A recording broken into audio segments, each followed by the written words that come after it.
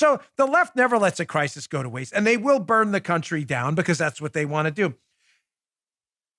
This latest Boulder crisis has just provided another opportunity for them, people like Barack Obama, Al Sharpton, and others, to introduce a racial component to this, despite the fact that the shooter in this scenario in Boulder, we have no idea yet what his motive is, and there's zero evidence at all that there was anything racial to do with it at all. But again, don't let evidence get in the way. I mean, Joe Biden told you at the beginning of the show he doesn't have any idea what happened anyway. But there's a great article by Gerard Baker in the Wall Street Journal talking about how foreign governments, like enemies of ours, China, Russia, and all, really can't stand us, are starting to figure out that their best friends are, wait for it, communists? No, American liberals. No way. No, yes way. Here's a headline. Western culture elites are giving away Lenin's rope. Some of you get the reference right away. How can a nation prevail in an ideological struggle when its leaders believe its values are evil? That's a really great question. Foreign adversaries of the United States who would like nothing more than to see the United States collapse realize in a one-on-one military fight, they're probably not going to win that. So what better way to expedite the downfall of the United States than to light a fire inside of the United States so it eats itself up? Yes, the Chinese figured that out a long time ago, that their best friends are liberals in America. Remember the line attributed to Lenin? Capitalists will sell us the rope with which we will hang them. Who knew he was going to be so correct? Here's a quote from Gerard Baker's piece about the Chinese figuring out that their best buddies for destroying the country are our own liberals who want it torn up into shreds. He's talking about these racial qualities, Gerard Baker, and how the left is obsessed with them. He says, quote, and of course, it's the fanatical insistence on the qualities that divide rather than unite Americans, race, sexual orientation, and multifarious gender, as the principal characteristics of identity. How bitterly ironic that Marxist theories of structural oppression that were discredited by the experience of America's ideological adversaries in the last century are now rampant in the most influential strata of American society in this one. Lenin may get the last laugh. The Chinese have proved much more adept than their Russian predecessors at adapting the precepts of Marxism to economic reality. As Lenin predicted, they've had plenty of help from American capitalists in the process. Bingo! The verdict is in. Gerard Baker's onto something. Why try to destroy the country from the outside if you're a Chinese communist? Just use American liberals to burn it to the ground from the inside. And how would you do that? Create insurmountable divisions. When you create those divisions, white, black, Hispanic, 6,000 different genders, transphobic, homophobic, istophobic, phobophobes, put everybody in a corner by category, and then like a Royal Rumble in the old WWF, now WWE, sick everyone against each other. That's American liberals doing that. Well, why? Because they can't stand this country. They hate it. And the founding principles of meritocracy, economic freedom, and other things that enabled big, bold, God-given rights like freedom, school choice, economic liberty, that created something liberals hate and need to destroy and rip America to shreds over. It created a meritocracy where anyone, through their hard work,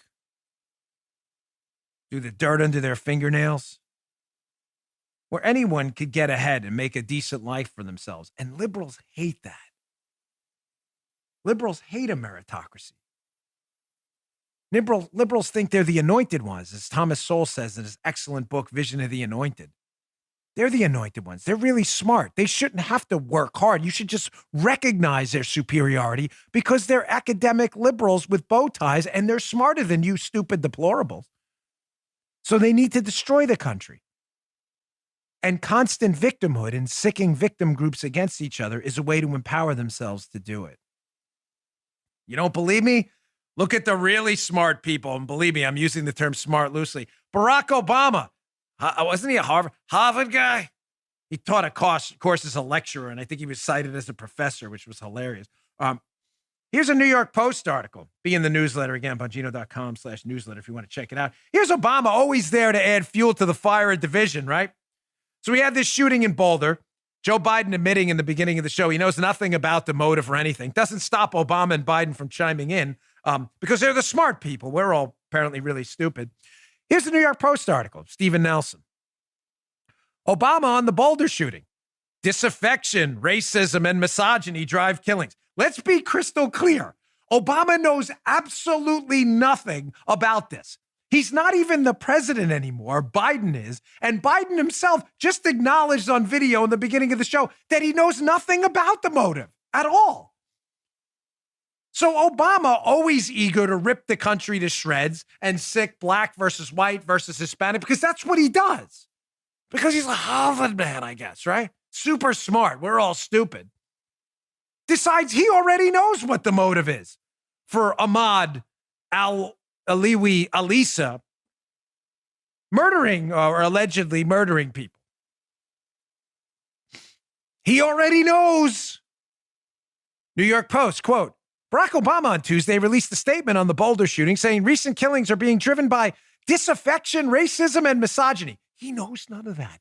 Despite Colorado officials identifying the gunman who slaughtered 10 inside a grocery store as a Syrian-born immigrant.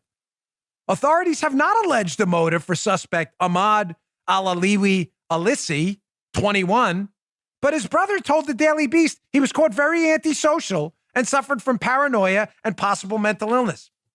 Here's a crazy idea, Barack. Maybe you should hold out on your commentary until you actually know what happened. Just an idea. I know it's crazy. But again, there's power in tearing the country to shreds by creating fictitious motives that you just have no idea about. There's power in it. This keeps Obama in the news. Found this on Andy Ngo's Twitter account, who's a great journalist. Andy Ngo pointed this out. He took some screenshots from another blue check mark Twitter guy, Uzair Hassan Rizvi. He says he's a journalist for AFP South Asia who specializes in, wait for it, debunking misinformation and fake news. He's a fact checker. So this is Uzair Hassan Rizvi. He's a debunker, Joe, of misinformation, just so you know. That's what he does. He fact checks. So, okay. Yeah, keep that in your mind. Yeah, Will do. Yeah. Okay. So here's his tweet, Uzair Rizvi. He says, a poor white guy who may have had a bad day or just a sex addict killed at least 10 people in Boulder. He was only apprehended and not choked or shot to death because he was not brown, black, or a Muslim. And yes, he is only a shooter, not a terrorist. Hashtag Boulder shooting.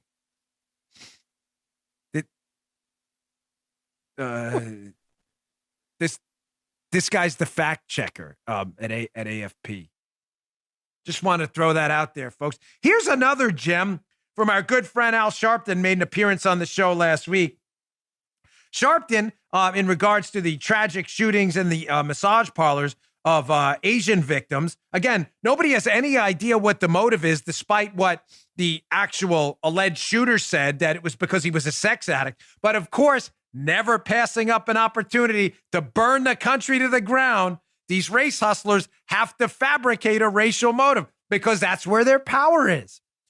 Article by Eddie Scarry, Washington Examiner. Be in the show notes today. Again, Al Sharpton can't admit who is really targeting Asian Americans.